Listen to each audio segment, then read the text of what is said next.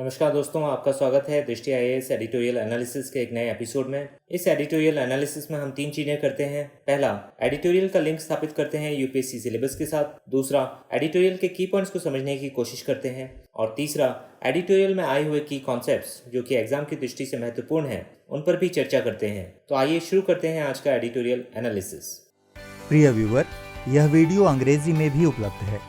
देखना चाहें तो आप हमारे इंग्लिश चैनल दृष्टि आईएएस इंग्लिश पर जाएं। आपकी सुविधा के लिए इस वीडियो के डिस्क्रिप्शन में इंग्लिश वीडियो का लिंक भी दिया गया है।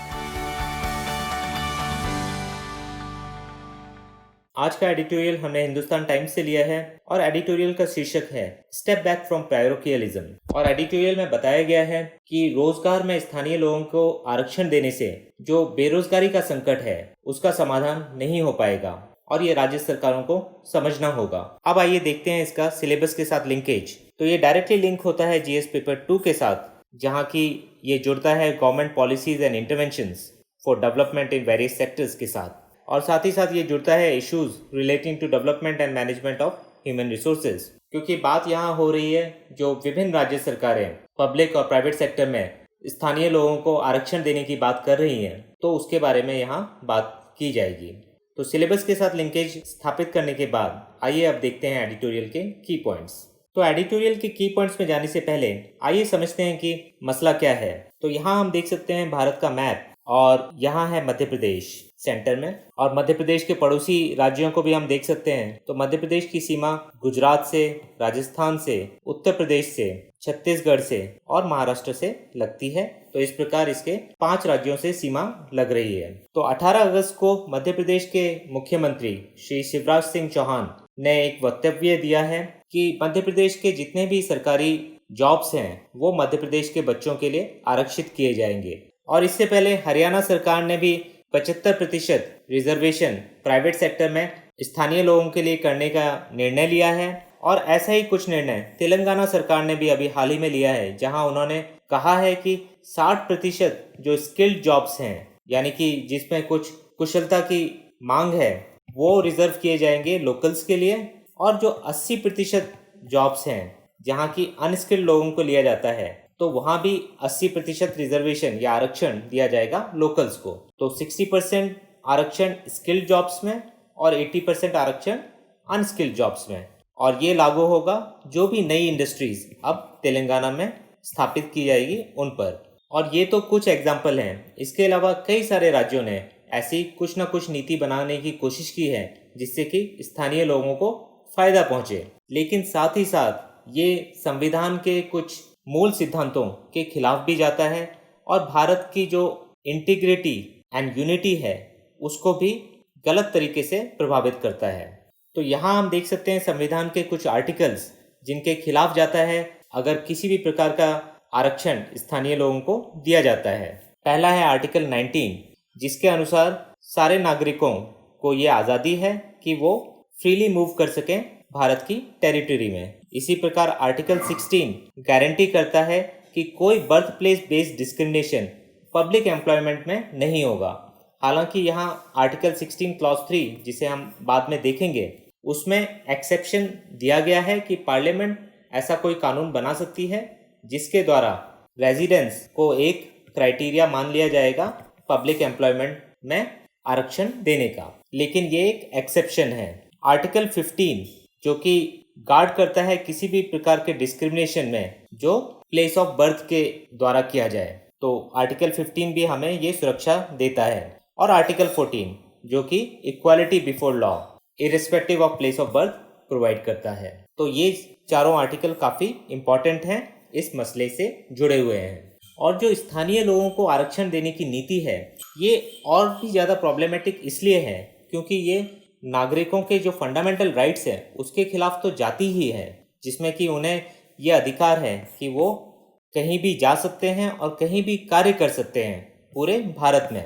और जो भारत देश का जो कॉन्सेप्ट है कि एक सिंगल कंट्री है, एक सिंगल सिटीजनशिप है और एक सिंगल मार्केट है, उसके खिलाफ भी ये जाता है। दूसरी बात जो है वो है कि लेबर मार्केट को फ्री रखा जाए और उसमें मूवमेंट ऑफ लेबर को रिस्ट्रिक्ट नहीं किया जाए, तो ये भी फ़ायदा ही ज़्यादा पहुंचाता है। जैसे कि नई स्किल्स इसके द्वारा प्राप्त होती हैं ऐसी जगहों में जहाँ की शायद वहाँ के लोकल लोगों में वो स्किल्स नहीं हैं। ये इनोवेशन को भी बढ़ावा देता है, यानी नवाचार भी बढ़ता है इसके द्वारा, और ये उस जगह की कल्चरल फैब्रिक में भी ज़्यादा विविधता लाता है, तो ये उसके लिए भी अच्छा है। तो इस ब्रीफ बैकग्राउंड के बाद आइए अब देखते हैं एडिटोरियल के की पॉइंट्स। तो एडिटोरियल का कहना है कि रोजगार में स्थानीय लोगों के लिए आरक्षण से रोजगार संकट का समाधान नहीं होगा।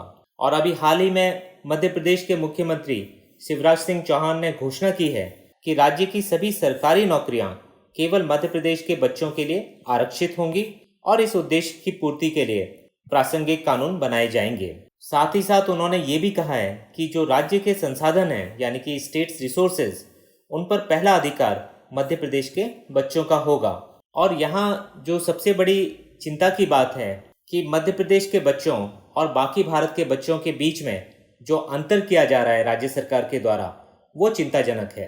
लेकिन ऐसा नहीं है कि ये कोई एक राजनीतिक पार्टी के द्वारा किया जा रहा है। इससे पहले जो मध्य प्रदेश के पूर्व मुख्यमंत्री थे श्री कमलनाथ जी, उन्होंने पिछले साल ये वादा किया था कि जितनी भी औद्योगिक इकाइयां हैं, यानी कि इंडस्ट्रियल यूनिट्स, उनमें 70% नौकरियां स्थानीय लोगों के लिए आरक्षित होंगी। तो लगभग हर राज्य सरकार और हर पॉलिटिकल पार्टी कहीं ना कहीं स्थानीय लोगों को फायदा पहुंचाने की इच्छा रखती है, और उसमें कोई गलत बात भी नहीं है, जब तक उसे एक सीमा से ज़्यादा नहीं किया जाता है जिससे कि दूसरे लोगों का नुकसान होता है। आगे एडिटोरियल में बताया गया है कि रोजगार में स्थानीय लोगों के लिए आरक्षण की मंशा रखने वाला मध्य प्रदेश कोई पहला राज्य नहीं है और कोई इकलौता राज्य नहीं है। हरियाणा से लेकर गुजरात तक और महाराष्ट्र से लेकर आंध्र प्रदेश एवं कर्नाटक तक विभिन्न भारतीय राज्यों में या तो ऐसा नीतिगत ढांचा, यानी कि पॉलिसी फ्रेमवर्क अपनाया गया है जो शैक्षिक सीटों या नौकरियों को स्थानीय लोगों के लिए आरक्षित करता है, अथवा इसी दिशा में आगे बढ़ने का एक मजबूत राजनीतिक संकल्प दर्शाया जा रहा है।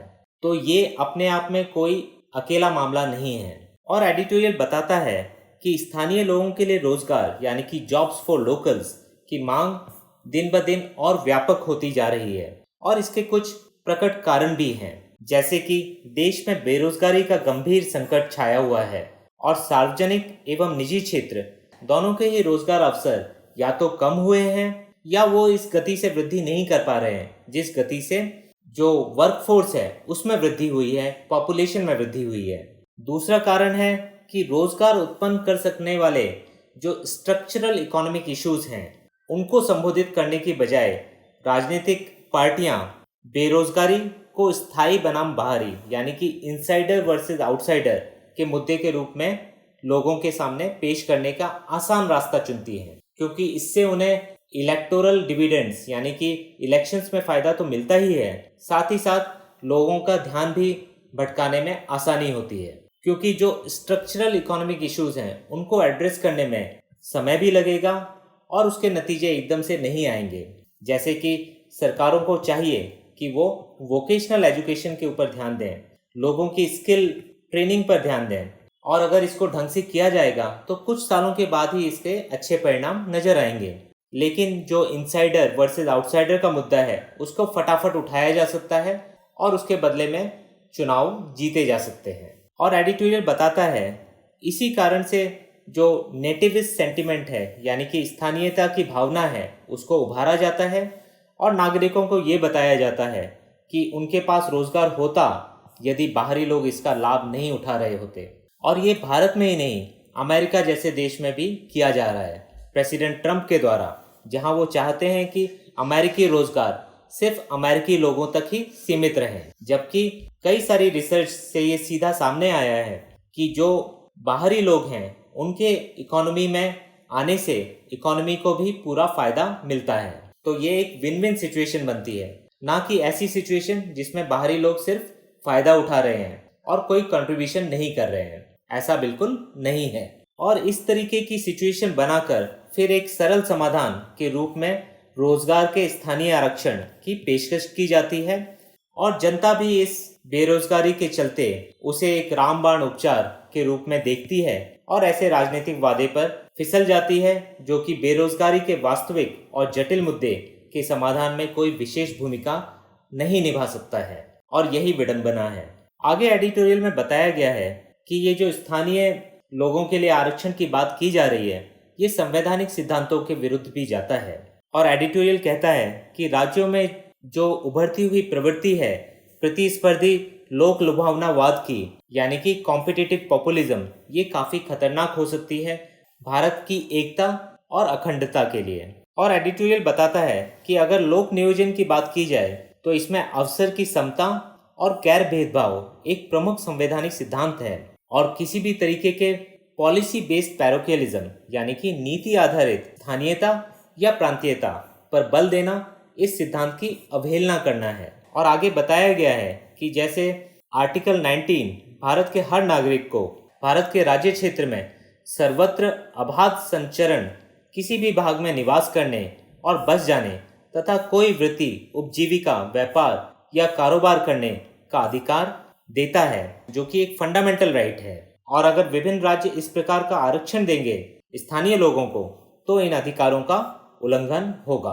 और एडिटोरियल ये भी कहता है कि इसके अतिरिक्त संविधान नागरिकों के बीच फ्रेटर्निटी यानी कि बंधुता बढ़ाने का भी लक्ष्य रखता है और ये तभी संभव हो सकता है जब देश के विभिन्न भागों के नागरिकों के बीच परस्पर संपर्क और संलग्नता होगी। और इसके लिए जरूरी है लोग एक दूसरे से मिल पाएं, लोग एक जगह से दूसरी जगह जाकर रोजगार कर सकें। और अगर स्थानीय आरक्षण होंगे तो इसमें जरूर कमी आएगी।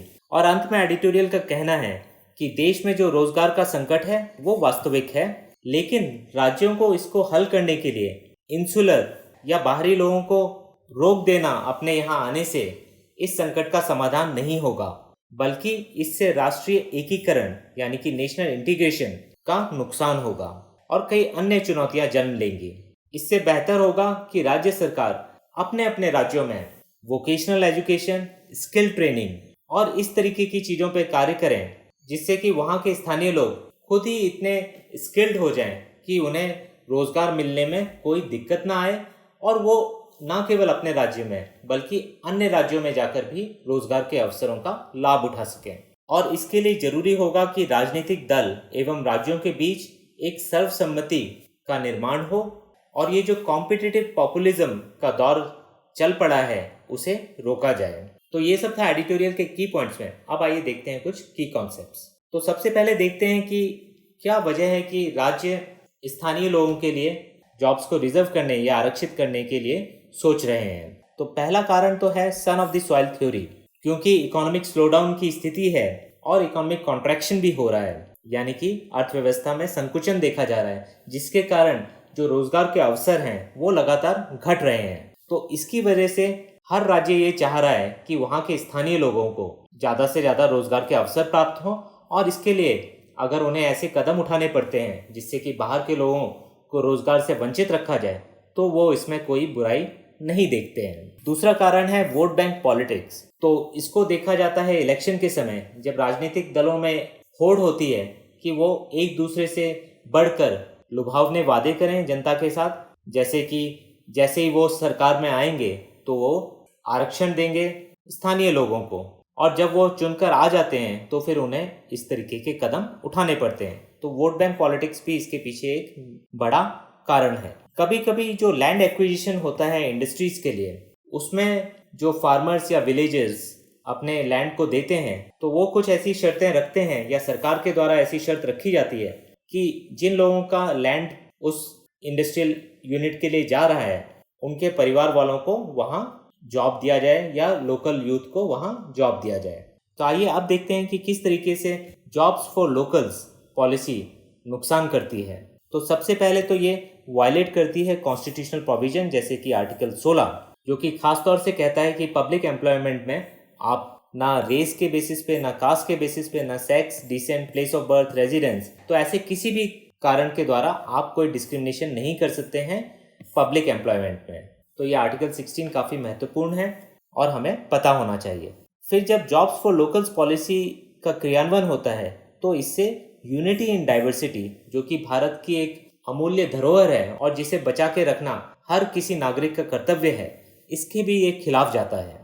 और इसके द्वारा ऐसी सिचुएशन खड़ी हो सकती है जहाँ की लोकल वर्सेस नॉन लोकल की समस्या हो जाए और जो कि भारत के इंटीग्रेशन या भारत की एकता के लिए खतरा पैदा कर सकता है। इसके द्वारा लोकलाइज प्रोटेक्शनिज्म की भी प्रॉब्लम हो सकती है, जो कि भारत में पहले देखा गया था, जबकि भारत में 500 से ज़्यादा प्रिंसली स्टेट थे और हर एक प्रिंसली स्टेट सिर्फ अपने लोगों के लिए रिस्पॉन्सिबल था। और ये जो स्पिरिट ऑफ कंपटीशन है उसके खिलाफ भी जाता है। जैसे कि कोई जॉब है, उसको सबसे योग्य व्यक्ति को देने की जगह वैसे व्यक्ति को दिया जाता है जो कि वहाँ का स्थानीय व्यक्ति है। तो ये कंपटीशन को भी बुरी तरीके से प्रभावित करता है। अब आइए देखते हैं कॉन्स्टिट्यूशनल प्रोविजंस। तो आर्टिकल 16 प्रोवाइड करता है equality of opportunity in public employment, और ये सारे सिटीजन्स को दिया गया है। ये राइट फंडामेंटल राइट है, लेकिन इसके साथ एक एक्सेप्शन भी है आर्टिकल 16 क्लॉज 3 में, और ये हमें पता होना चाहिए। तो इसके द्वारा पार्लियामेंट रेजिडेंट्स को एक कंडीशन के तरीके से प्रिस्क्राइब कर सकती है कुछ खास तरीके के एम्प्लॉयमेंट या अपॉइंटमेंट के लिए किसी स्टेट, यूनियन टेरिटरी या लोकल अथॉरिटी में। साथ ही साथ जो स्टेट है वो प्रोवाइड कर सकता है रिजर्वेशन अपॉइंटमेंट में या पोस्ट में in favour of backward class, जो कि एडिक्वेटली रिप्रेजेंटेड नहीं है स्टेट सर्विसेज में। तो ये भी एक एक्सेप्शन दी गई है, और यहाँ कानून के द्वारा ये भी प्रोवाइड किया जा सकता है, और अगर कोई ऐसा ऑफिस है जो किसी पर्टिकुलर धर्म से संबंधित है या किसी डिनोमिनेशन से संबंधित है, तो उसमें उसी धर्म के व्यक्ति को एम्प्लॉयमेंट दिया जाएगा। इस तरीके का कानून भी बनाया जा सकता है, और ये सारे कानून फिर आर्टिकल 16 की लिमिटेशन से बाहर होंगे। तो ये भी हमें पता होना चाहिए। अब अंत में देखते हैं एक इम्पॉर्टेंट कोर्ट केस, जो कि 2014 का केस है, और ये केस था Charu Khurana versus Union of India. इसमें एक ट्रेड यूनियन ने मेंबरशिप डिक्लाइन कर दी थी चारू खुराना को, क्योंकि उन्होंने महाराष्ट्र में कम से कम 5 साल नहीं बिताए थे, जो कि यूनियन का रूल था। लेकिन इस मामले में सुप्रीम कोर्ट ने आर्टिस्ट के फेवर में फैसला दिया और 3 आर्टिकल्स को कोट किया, जिसमें कि आर्टिकल 16 है, आर्टिकल 15 है और आर्टिकल 14। तो हमें ये आर्टिकल्स के बारे में भी पता होना चाहिए। तो आर्टिकल 14 इक्वालिटी बिफोर लॉ देता है, आर्टिकल 15 में कोई डिस्क्रिमिनेशन नहीं हो सकता, और आर्टिकल 16 की पब्लिक एम्प्लॉयमेंट के लिए भी कोई डिस्क्रिमिनेशन नहीं होगा। तो ये सब था आज के एडिटोरियल में। अब आइए देखते हैं किस प्रकार के प्रश्न आपसे पूछे जा सकते हैं प्रीलिम्स और मेंस में। तो प्रीलिम्स में आपसे डायरेक्ट सवाल पूछा जा सकता है कॉन्स्टिट्यूशनल प्रोविजंस के बारे में, जिनमें आर्टिकल 14, 15, 16 और 19 के बारे में आपको ठीक से पता होना चाहिए, और इनके सब क्लॉजेस के बारे में भी, जहां इनकी एक्सेप्शंस हैं या रेस्ट्रिक्शंस बताई गई हैं, जैसे कि आर्टिकल 16 में आर्टिकल 16 क्लॉज 3। फिर sons of the soil theory के बारे में भी आपको जानकारी होनी चाहिए कि ये क्या है और ये कैसे स्थानीय लोगों को आरक्षण देने से जुड़ी हुई है। फिर जो एक इम्पॉर्टेंट कोर्ट केस है Charu Khurana versus Union of India 2014 का, ये भी आपको पता होना चाहिए। इसको आप अपने मेंस आंसर राइटिंग में भी यूज कर सकते हैं जब आप ऐसे किसी मुद्दे पे आंसर लिख रहे हैं। और अगर मेंस की बात की जाए तो आपसे सवाल पूछा जा सकता है कि क्या वजह है कि भारत के बहुत सारे राज्यों में जो स्थानीय लोगों के आरक्षण की बात की जा रही है, चाहे वो पब्लिक सेक्टर हो या प्राइवेट सेक्टर हो, और इससे किस प्रकार का असर पड़ेगा भारत की एकता और अखंडता के लिए, और क्या स्टेप्स सरकार के द्वारा लिए जा सकते हैं इस तरीके के ट्रेंड को रोकने के लिए। तो ये सब था आज के एडिटोरियल एनालिसिस में। फिर मिलेंगे एक नए एडिटोरियल के साथ। धन्यवाद।